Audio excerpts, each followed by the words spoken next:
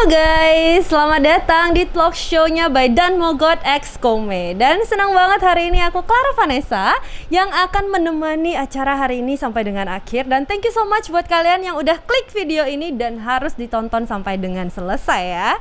Dan pastinya hari ini untuk area syuting semuanya sudah menaati protokol kesehatan.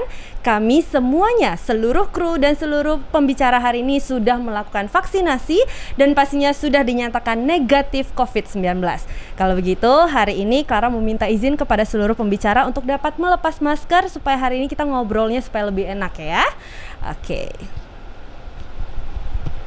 Nah, kalau gini kan kayaknya kelihatannya lebih cerah gitu ya wajah-wajahnya. Oke, langsung aja Clara pengen nyapa dulu. Halo, selamat siang. Ini udah siang ya. Selamat siang Bapak dan Cici sekalian, gimana kabarnya hari ini? Selamat siang, baik, Bang Lara. Kayaknya masih tegang ya.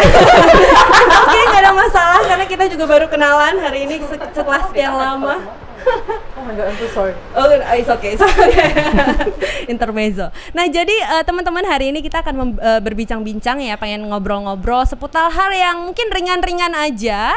Pengen tahu bisnis mereka karena secara kan kita tahu bahwa mereka adalah seseorang yang kayaknya udah sukses banget ya, dan pengen tahu nih kiat-kiat dari kesuksesan mereka. Nah, tapi sebelum itu mungkin teman-teman ada yang belum kenal.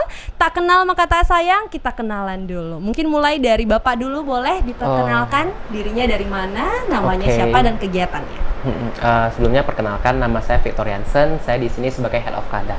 Di sini saya bertanggung jawab untuk memastikan bahwa setiap dari fungsi di aplikasi Kada itu berfungsi dengan baik dan bisa membantu banyak orang. Terima kasih. Baik, waduh, ini udah kayak ini ya, perkenalan mau lamaran nih. Proper banget ya. Oke, berarti Bapak Victor ya. Oke, baik, selanjutnya Bapak silahkan. Ya, thank you Mbak Clara. Perkenalkan, saya Muhammad Pintor Nasution, Kepala Bursa Efek Indonesia Perwakilan Sumatera Utara. Mungkin kita dari regulasi di pasar modal, tepatnya di Sumatera Utara, tugas kita adalah mengedukasi, terus memberikan informasi terkait dengan capital market di Indonesia. Itu sih. Baik, wah ini sekarang lagi booming-boomingnya nih ya Pak ya.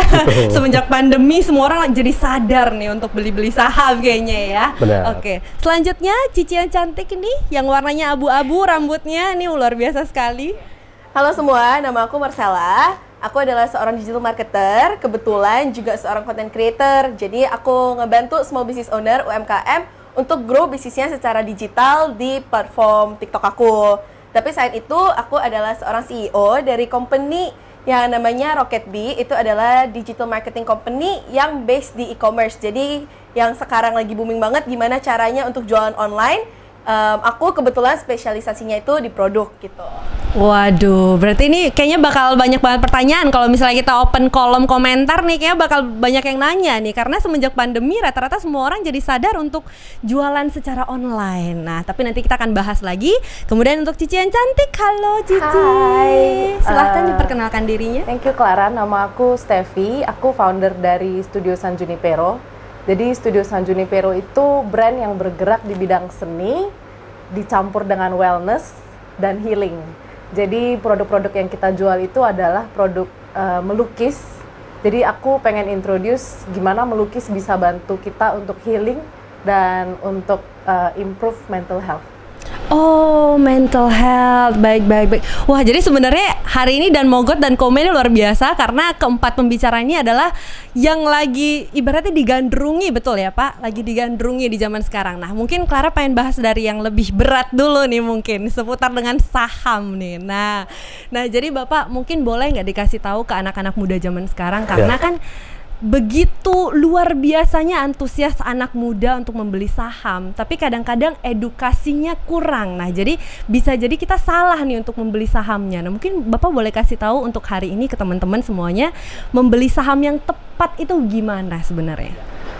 Mungkin di era pandemi kemarin, mungkin teman-teman milenial ya, karena banyakkan di rumah, mungkin sangat tergantung dengan internet. Nah, banyak yang mencoba di capital market tanpa tahu dasarnya mungkin secara fundamental. Nah, itu yang mungkin menyebabkan banyak anak milenial yang di tahun 2001 tuh mulai hilang lagi nih gitu. Atau ya kita bisa bilangnya nyangkut lah ya. Betul, gitu. betul. Nah, bahkan arahnya sekarang teman-teman itu ke kripto ya bisa dibilang. Nah, mungkin karena kita basicnya adalah memang regulator, memberikan edukasi, memberikan informasi, bagaimana berinvestasi yang benar. Nah, itu yang mungkin anak-anak milenial harus tahu dulu. Nah, biasanya kita akan arahkan mereka untuk ikut sekolah pasar modal dulu. Karena kita ada edukasi, memang setiap bulan tuh ada namanya sekolah pasar modal. Itu free. Itu free, anytime mereka bisa ikut dan online juga gitu, jadi nggak perlu tatap muka juga kita. Nah, teman-teman yang milenial tadi yang awalnya rame sekali di tahun 2020, di 2021 kita bisa melihat datanya memang hilang juga gitu. Jadi Kembali lagi normal lagi, ya, Pak? benar.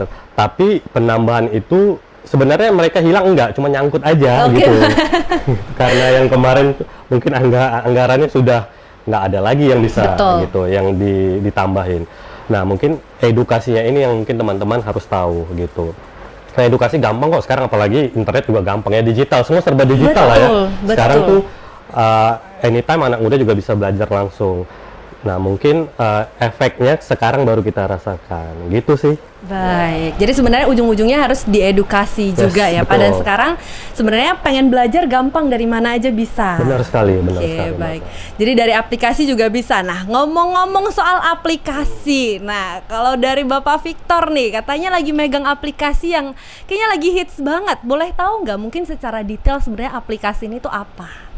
Oh, aplikasinya ya. Jadi aplikasinya belum IPO ya, Pak ya. Kita tunggu nanti IPO. Clara jadi saksi ya nanti ya. Boleh. Jadi kalau Kada itu kita bergerak sebagai, kita namanya super apps. Tapi kita itu bukan yang hijau yang Grab atau hijau yang Gojek, kita berbeda dengan begitu. Kita tuh lebih ke yang namanya kita empowerment yang small business, tapi itu dengan kita berikan yang salah satu fitur kita utama itu POS. POS kita itu free.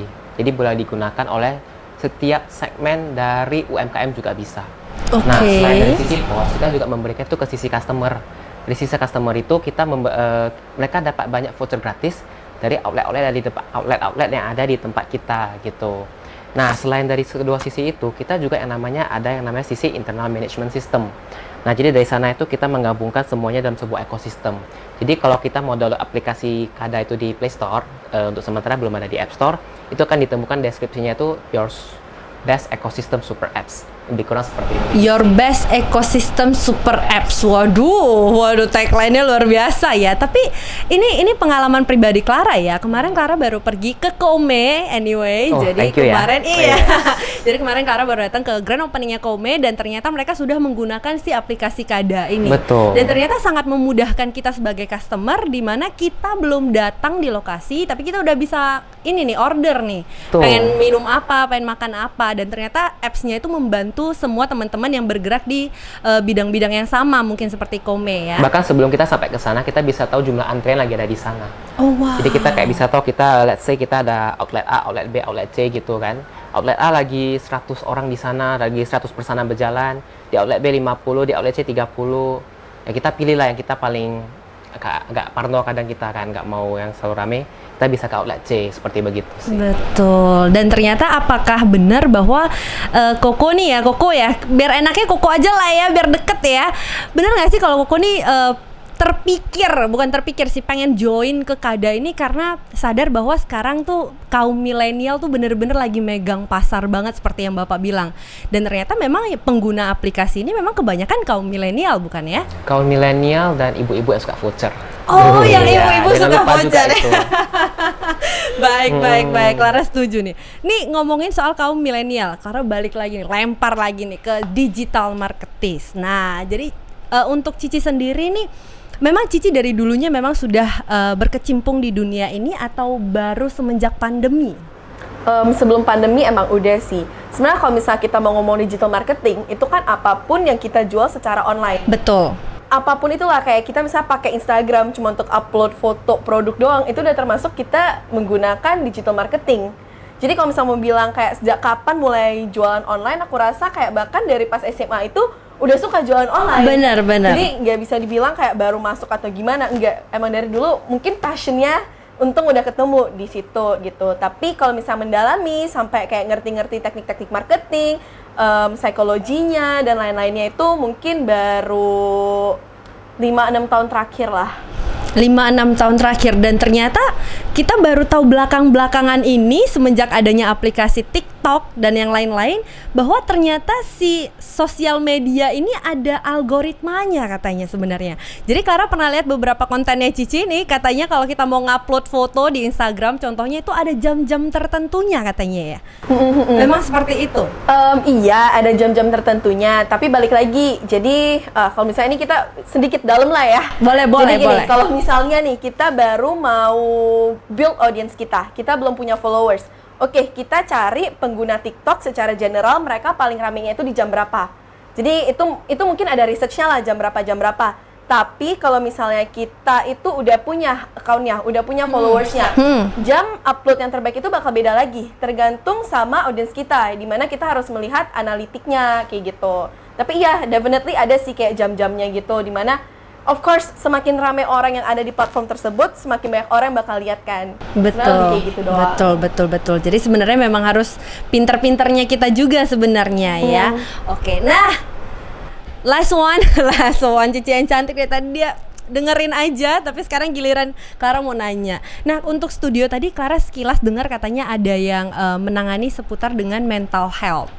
Nah, Clara boleh tahu nggak sih maksudnya dari studio yang Cici tangani sekarang, yang Cici handle sekarang, ini punya Cici pribadi berarti ya? Iya. Oke.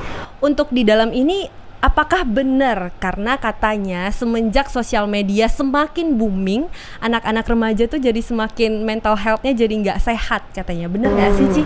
Jadi sesuai research, ya memang ada dikatakan kayak gitu. Karena sebenarnya bukan salahnya sosial media 100%. Karena sosial media bisa digunain untuk banyak hal positif, bisa belajar tentang banyak lah gitu kan. Tapi karena behavior kita yang mungkin sering cari distraksi dari sosial media, dari TikTok misalnya atau Instagram. Jadi kebanyakan itu kalau kaum milenial kita merasakan sesuatu perasaan yang nggak enak gitu, kita nggak hadepin, tapi kita cari distraksi. Bisa dari makanan, bisa dari kerja gila-gilaan contohnya, tapi yang paling umum itu sosial media. Betul. Jadi memang sebenarnya dia nggak salah 100%, tapi dia ada kaitannya gitu. Berarti sebenarnya mungkin ada beberapa unsur yang bikin seseorang bisa seperti itu ya. Terus Cici, Clara agak sedikit lupa nih tadi, selain handle mental health, kemudian ada apa lagi nih Ci di studio? Ini kita gabungin dengan art, dengan seni. Baik. Dan sekarang Studio San Junipero fokusnya di melukis. Oke. Ya, jadi dulu kita itu punya event offline sebelum pandemi, kita itu buat workshop melukis. Jadi itu terbuka untuk semua orang yang nggak pernah melukis sama sekali itu bisa ikut. Nah, tapi semenjak pandemi kita kan nggak bisa melukis rame-rame lagi nih. Nah, sejak itu Studio San Junipero punya produk yang bisa buat orang-orang melukis di rumah aja. Oh, baik. Ya, jadi kita produknya itu kayak kanvas, ada cat, ada kuas dan lain-lain, tapi udah bernomor. Jadi kayak buku mewarnai pas kecil. Tapi untuk adults, jadi ya. kitanya kayak tinggal ngikutin aja ya. Ya. Apalagi kita yang mungkin nggak punya selera seni yang baik mungkin ya. Oke. Dan Ya. memang ini lagi booming-boomingnya juga kan. Bahkan ada yang pasang-pasang manik-manik dan sebagainya kemarin. Iya, benar. Oke. Sebenarnya ini semua ini ada kaitannya dengan pandemi sebenarnya. Kenapa semuanya jadi ke era digitalisasi. Nah, sebenarnya menurut Bapak dan menurut Cici sendiri nih, sebenarnya sepenting apa sih bisnis kita tuh kita digitalkan? Karena sebenarnya kan tidak semua bisnis bisa kita digitalkan. Mungkin contoh salah satunya rumah makan yang sudah bukanya lama, kemudian nggak ngerti nih dia, orang-orang di dalamnya tuh nggak ngerti digital tuh gimana sih sebenarnya, jual online tuh gimana gitu.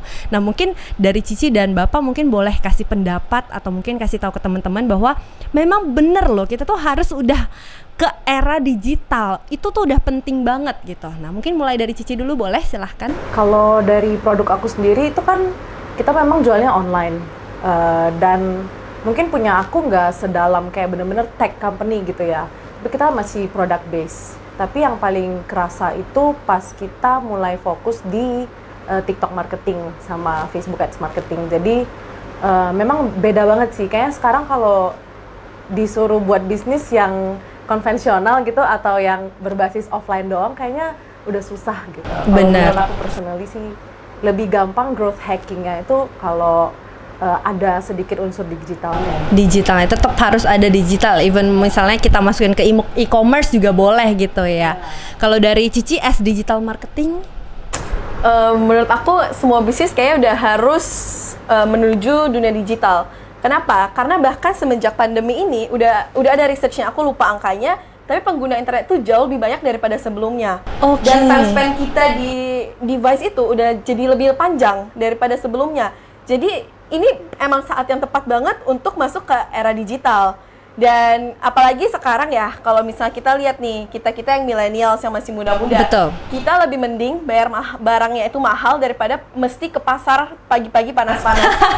Kayak Oke, baik, kita semua baik. itu mau sesuatu yang praktis. Betul. Even kayak beli sayur aja sekarang udah online ya. Exactly, karena semua itu mau praktis. Dan sekarang deh, kalau misalnya kita jualan online, kita bisa mengambil market di mana aja. Betul. Kalau misalnya kita offline ya paling ya sekitar itu, dan it can only go so far. Tapi kalau misalnya digital tuh bisa semuanya. Jadi kalau misalnya pertanyaannya kayak seberapa penting, ini penting banget. Penting. Ini udah kayak hidup dan mati. Penting gitu. Kayak lu mungkin gak sih lu hidup tanpa internet sehari kayak nggak Iya, mungkin gitu makanya, ya. Bener banget. Jadi menurut aku sih you have to go and do it kalau misalnya belum masuk ke dunia digital. Betul, saya setuju nih. Tapi kita ngomongin soal Bapak deh nih.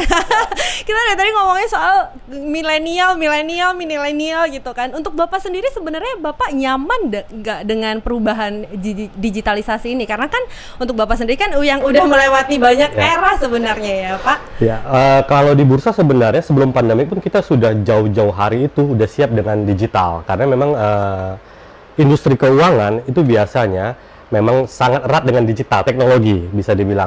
Nah, tapi karena adanya pandemik ini, mungkin dulu perusahaan sekuritas yang kita awasi hanya beberapa yang sudah memakai online trading. Nah, begitu di era pandemik, mau tidak mau, ya suka tidak suka, investor itu memang harus mengikuti gitu. Jadi benar yang disampaikan tadi Mbak-mbak ini, memang pandemi ini memaksa kita untuk harus ke digital gitu. Jadi bisa dibilang pasar modal pun sebenarnya tinggal smoothing aja. Smooth kita sebenarnya dari 2007 juga sudah digital gitu ya. Jadi jual beli saham juga kita nggak pernah megang lagi lembarannya. Tidak ada lagi warkatnya. Kita sudah tanpa warkat, sudah digital. Jadi orang mau beli 1 juta lembar pun ya kita nggak akan dapat 1 juta lembar juga gitu ya. Jadi udah tanpa warkat, itu kita sudah jauh-jauh hari. Cuma mungkin orang-orang tua kita dulu yang sudah berinvestasi dalam itu, yang dulunya masih belum terbiasa dengan smartphone, ya sekarang ya mau nggak mau ya orang tua sekarang juga kan pegang smartphone kan. Iya, terakhirnya Android juga yang dipegang Betul. ya Pak. Nah, di capital market juga seperti itu. Teman-teman perusahaan sekuritas yang kita awasi dulu hanya beberapa nih yang bisa online trading. Betul. Perusahaan sekuritas sekarang mau nggak mau, kalau mereka nggak online trading, ya mereka akan tersingkir pastinya. Ditambah mungkin ada perusahaan sekuritas yang baru masuk, tiba-tiba pembukaan opening account-nya gampang sekali, sama kayak kita buka rekening bank. Nah, kalau dulu kan ada beberapa rule yang harus diikuti benar. Nah, sekarang dipermudah. Itu juga membantu kita sebenarnya menambah jumlah investor dan mereka untuk mau berubah. Betul. Justru pandemi ini memaksa mereka untuk berubah. Dari sisi perusahaan sekuritasnya ada investornya untuk merubah lebih maju. Nah, itu kita disyukurin sih sebenarnya. Kita bersyukur memaksanya karena terpaksa karena ada pandemi. Itu sih kalau dari capital market. Sebenarnya setiap musibah tetap ada hikmahnya sebenarnya. Betul. Ya Pak. Kalau kami bilang terpaksa, dipaksa, terbiasa. Oke, terpaksa, dipaksa, terbiasa. Terbiasa. Waduh, karena dapat quotes baru hari ini. Tapi kita juga harus terima kasih loh sama pembuat aplikasi ya, Pak ya, karena kan dengan adanya aplikasi ini semua juga dimudahkan. Kemudian teman-teman UMKM juga dimudahkan. Tapi apakah aplikasi ini hanya untuk teman-teman yang berjualan mungkin di makanan aja, atau mungkin kayak clothing line atau yang lain bisa mungkin kayak studionya Cici gitu mungkin? Apakah bisa pakai aplikasinya Bapak? Oke, untuk sekarang itu kalau saya melihat untuk digital ini ya, untuk produk dimasukkan ke digital itu kita mungkin bisa di bagian danmogot.com. Itu nanti mungkin dari product base ya, product base bisa masuk di danmogot.com itu sebagai satu platform kita untuk e-commerce punya. Nah, kalau selain itu kita juga ada digunakan nggak hanya sebagai untuk F&B, tapi juga di bisnis kecantikan nanti. Ditunggu saja dulu. Oh, bisnis kecantikan kita wanita-wanita suka nih ya. Jadi kita menanti. Bapak juga harus loh Pak. Zaman sekarang selain digitalisasi kita juga harus mempercantik diri katanya, biar nggak keriput ya. Nah, tapi Clara boleh tahu nggak untuk kedepannya selain bisnis kecantikan mungkin future plan-nya nih seperti apa? Mungkin aplikasinya akan ditambah lagi supaya mungkin tadinya kita bisa order tanpa harus datang ke tempat. Misalnya mungkin sekarang barcode-nya udah bisa dikirim kemana-mana atau gimana nih? Oke, kalau untuk rencana kedepannya tuh kita masih lebih ingin dapat dulu sih feedback dari yang pengguna gitu kan. Dan kita juga harus tahu dari market itu pengennya apa sih sebenarnya. Karena kalau kita buat produk yang hanya kita mau itu kan ada bilangnya. Betul. Jadi kita lebih ke sambil kita kembali produk kita terima juga feedback dari customer kita. Gitu. Baik, nah jadi Pak, jadi Clara pengen nanya juga nih soal future plan ke depan. Nah kan pengen tahu juga nih kadang-kadang kan sebenarnya si aplikasi ini bisa memudahkan kita dari sisi apa aja nih sebenarnya. Mungkin kalau Clara sebagai customer yang sebagai pengguna aplikasi ini dari sisi customer kan, oh ya ordernya lebih gampang, kemudian tahu nih antriannya berapa lama. Tapi apakah mungkin bisa nih kita kaitkan ke Cici misalnya yang punya studio. Nah mungkin bisa membantu nggak sih aplikasi ini sebenarnya? Oke, jadi sebenarnya aplikasi ini selain kita beli order ya, ada Betul. order, ada ya antrian, jangan lupa ada vouchernya juga. Oke, tetap voucher ya. Oke, baik. Tapi di sisi itu kita juga kita membantu dari sisi bisnis itu kita help mereka grow dengan cara kita bantu internal system managementnya. Jadi kalau untuk kita bilang yang dulu kan small business mungkin masih diatur oleh satu orang. Tapi gimana jika kita ingin scale satu bisnis ini? Kita pasti perlu tim. Kita perlu mungkin meng-hire orang lagi sehingga sisi kanan membantu. Kita bantu dari sisi absensi juga ada, payroll management system, payroll dan juga segala sesuatu yang berhubungan dengan internal system management. Oh, berarti sebenarnya dari internal juga bisa. Oh, baik. Berarti kalau misalnya contoh nih, Clara pengen masuk ke studionya Cici. Berarti kalau Cici menggunakan aplikasi ini, berarti bisa aja dari aplikasi ini gitu ya. Absensinya semuanya dari aplikasi dan segala macam semua ya. dalam satu aplikasi saja. Wow. One stop solution. Wow. Ini Udah bener. besar nanti tinggal nunggu IPO berarti. Oh iya. Tetap ya. Masuk terus Pak ya. Tetap ya. Tapi ini benar-benar membuktikan bahwa memang sekarang zaman udah luar biasa ya Pak ya. Tapi kalau dari Bursa Efek sendiri Pak, kedepannya bakal gimana nih menurut Bapak? Senang sekali sebenarnya kalau misalkan keadaan ini membantu perusahaan-perusahaan kecil untuk besar ya. Nah setelah besar mungkin itu udah ke kita nih. Oke, baik. Karena kan di kami pun sebenarnya beragam, perusahaan yang TBK itu beragam ya. Nggak hanya perusahaan manufacturer. Betul. Mungkin di luar sana orang tahu perusahaan yang harus memproduksi barang. Enggak, perusahaan di bursa itu yang TBK sekarang udah beragam. Nah, uniknya ada sepak bola. Bali Oke. United sudah listing. Oh, baik. Kemudian ada lagi surprise-nya kita tahun lalu itu perusahaan jasa arsitektur. Oh. Jasa loh, tidak manufacturer, jasa arsitek. Gitu. Dia sudah TBK waktu itu tahun lalu ada. Jadi sebenarnya anything bisnis apa aja bisa itu TBK. Jadi nggak usah, kalau di kami nih kalau bahasa jualannya kita ya, biasanya orang kalau mau IPO atau TBK itu takut karena perusahaannya belum besar. Gitu. Baik. Kalau kita bilangnya jangan nunggu besar waktu mau IPO, tapi karena IPO lah perusahaannya jadi lebih besar.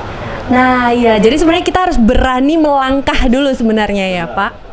Berani melangkah. Jadi ibarat kayak kita mau beli rumah nih, lu mikirin cicilannya dulu nih gitu ya, sampai 15 tahun ke depan ibaratnya gitu ya, Pak. Betul. Oke. Nah, untuk Cici nih. Nah, ini kan tadi aplikasi udah makin jalan nih. Sebenarnya bakal mempengaruhi nggak sih, kita bakal ngomongin soal influencer sebenarnya. Ini kan ada kaitannya. Jadi teman-teman influencer tuh biasanya kan promo-promo semuanya dari Instagram, dari TikTok dan sebagainya macamnya. Tapi dengan adanya aplikasi, mungkin kedepannya aplikasi akan jauh lebih canggih lagi dan mungkin mempengaruhi si influencer ini nggak sebenarnya menurut Cici? Oke, kalau misalnya ya kita ngomongin aplikasi nih, boleh sebut merek gak? Boleh, silahkan. Boleh ya, misalnya nih ada Gojek, ada Grab, Baik. ada Marketplace, ada Tokopedia, ada Shopee, dan lain-lain. Itu di dalam satu grup. Sedangkan influencer itu mereka biasanya itu influence followersnya bukan dari sisi ini, tapi dari sisi social media. Dan menurut aku kalau misalnya dengan adanya aplikasi-aplikasi baru, itu justru lebih bagus. Untuk bisnis juga lebih bagus. Kenapa? Kayak bahkan sekarang nih, kita sebagai bisnis kita mau menggunakan jasa seorang influencer. Kalau dulu traffic dari influencer ini, kita sebagai business owner kita nggak tahu ini dari influencer yang mana. Kalau kita sekali influence langsung banyak gitu ya, masuk sekali 10 endorse. gitu, kita nggak tahu, dan kita kan juga nggak tahu kayak oh hari ini kita endorse ke influencer ini, trafficnya conversionnya itu berapa lama, mungkin 1 minggu lagi baru followersnya beli, mungkin 2 minggu lagi baru beli, kan kita nggak pernah tahu. Sedangkan kalau misalnya dengan adanya aplikasi, membuat business owner dan influencer itu lebih bagus lagi sih. Jadi bisa bekerja sama ya, sekali jalan. Dan sebenarnya ini good idea loh, Pak. Bisa sekali. Jadi kita tambahkan ke fitur utama gimana kita analisa dari sisi influencernya ya. Mungkin kita pakai referral link ya, referral link kalau saya nggak salah ya. Boleh. Nanti kita tambah ke fitur selanjutnya. Nah, bisa tuh ya. Jadi dapat idea, Clara bisa dapat 10% ya. Tambah dikit lah. Nah, jadi ini berkesinambungan sebenarnya ya. Jadi si Bapak adalah dari aplikasi, kemudian bisa berjalan dengan influencer, kemudian bisa bekerja sama dengan studio dari Cici sebagai pelaku bisnis, kemudian nanti bisa di IPO-kan ya. Yes, itu kita tunggu, Pak. Akhirnya di sana. Akhirnya ke situ ya. Nah, tapi dari Cici sendiri, future plan ke depannya apa? Karena Cici adalah inti utama, karena Cici adalah pelaku bisnisnya. Nah, jadi mungkin setelah tadi udah melukis, kemudian ada mental health juga, ya mungkin ke depannya ada apa lagi nih yang bakal Cici lakukan? Ini mau dream big atau enggak nih? Oke, kan katanya dream big kan? Kalau mau dream big, of course mau IPO, mau jual bisnis. Wah, Tunggu ya, Pak. Dan makin banyak capital inflow dari luar ya, Pak. betul. Harus dikeluarin dulu. ya. Harus. Kalau goal yang jangka pendek ya, goal yang jangka pendek pasti pengen lebih digitalize.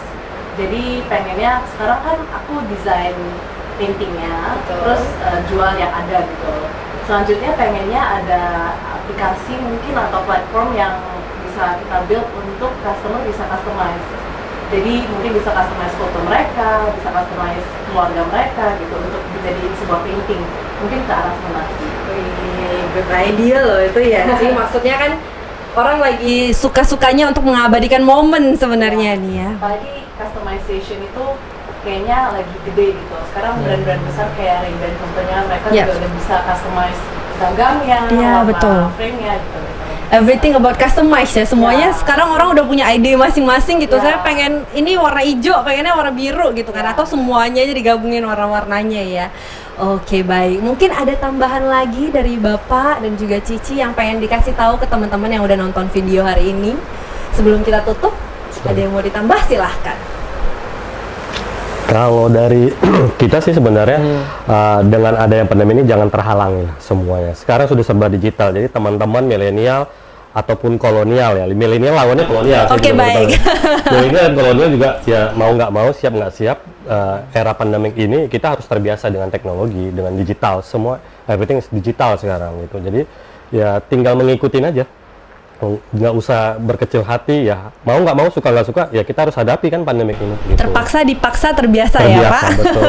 Baik, dari Bapak Victor mungkin ada yang mau ditambah? Kalau dari saya sih saya lebih lihat ke secara global ya. Baik. Apa yang terjadi 10 tahun lalu di Amerika itu kayaknya bentar lagi bakal terjadi di Indonesia. Amazon, Google dan kawan-kawannya. Kalau kita nggak segera transformasi, nanti kita ketinggalan lagi. Betul, dan sebenarnya kita berharap juga secepatnya biar semakin canggih, semakin mudah, kitanya juga jadi semakin happy gitu. Betul. Ya. Setuju. Baik, kalau dari Cici, digital marketing. Nah, pasti Cici lebih mengerti ini. Apa ya? Menurut aku nih, buat teman-teman yang bisnisnya belum masuk ke era digital, kayak this is your time. Sebenarnya the best time untuk bisnis kamu masuk ke dunia digital itu adalah kemarin. Baik. Tapi it's gone. Jadi what you have is today gitu. Kamu punya hari ini untuk masukin bisnis kamu online. Jadi kalau belum, masuk aja dulu. Kok kamu nggak perlu tahu segala sesuatunya. Mungkin kalau misalnya orang yang mau jualan online itu mikirnya harus ngerti copywriting, harus ngerti ads, harus ngerti marketplace, harus ngerti influencer strategy, harus ngerti banyak banget. Sedangkan cara terbaik kamu untuk belajar adalah actually start the business and do it, dan belajar one step at a time gitu. Kayak aku pribadi aku bukan yang tiba-tiba bangun satu hari tiba-tiba aku udah ngerti semuanya. Iya. Nggak kayak gitu. Betul. Jadi ada hari-hari dimana aku nggak ngerti sama sekali, dan menurut aku sama pengalaman aku ini, dimana aku bisa belajar paling banyak adalah pas udah kecemplung, udah mau gak mau harus belajar. Jadi buat teman-teman yang punya bisnis atau yang mau mulai bisnis, now is the perfect time and just start gitu. Iya, just start. Mulai aja, kalau nggak bisa, nggak ngerti mau ngendorse siapa, cari Cicinya. Iya, exactly. Kemudian kalau nggak tahu, sebenarnya kalau nggak tahu nih, aku mau upload foto apa, pengen pakai caption apa, kalian bisa cari agensi-agensi yang ada sebenarnya ya. Jadi Dari aku gitu. Ya. Instagramnya apa? Oke, Instagram apa nanti tulis di bawah ya. Kayak tadi di captionnya. Betul. Jadi semuanya serba gampang, pokoknya mulai dulu. dari Cici. Nah, ada tambahan lain untuk Cici adalah selaku pebisnis muda sebenarnya ya. Cici berarti sekarang umurnya baru 20 sekian kan, tapi sudah punya bisnis yang lumayan luar biasa jalan, kemudian nanti akan di IPO kan juga ya. Amin. Nah, jadi pengennya dikasih tahu ke teman-teman yang pengen mulai bisnis nih, gimana caranya? Aku setuju banget sama Sela. Semua yang dia bilang aku setuju. Terus mungkin tambahan, kalau misalnya nggak ngerti dan benar-benar nggak bisa, hire aja someone yang ngerti, atau partner up with someone yang ngerti gitu. Tapi jangan dijadiin alasan kalau nggak bisa gitu. Masih banyak cara lain, meskipun kalau nggak suka banget lah sama yang teknologi atau belajar yang lain gitu. Itu aja sih. Pokoknya harus mulai dulu ya, jangan ada banyak aja alasannya. Pokoknya kalau alasan datang, buang dulu alasannya ya.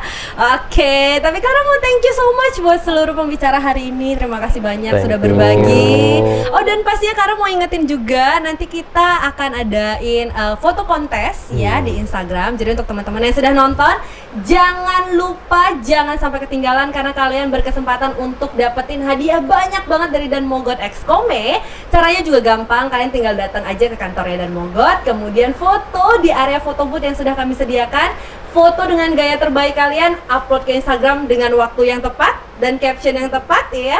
Kemudian nanti akan kita pilih foto yang paling menarik dengan caption yang menarik juga pastinya. Nanti Bapak sama Cici juga ikutan ya.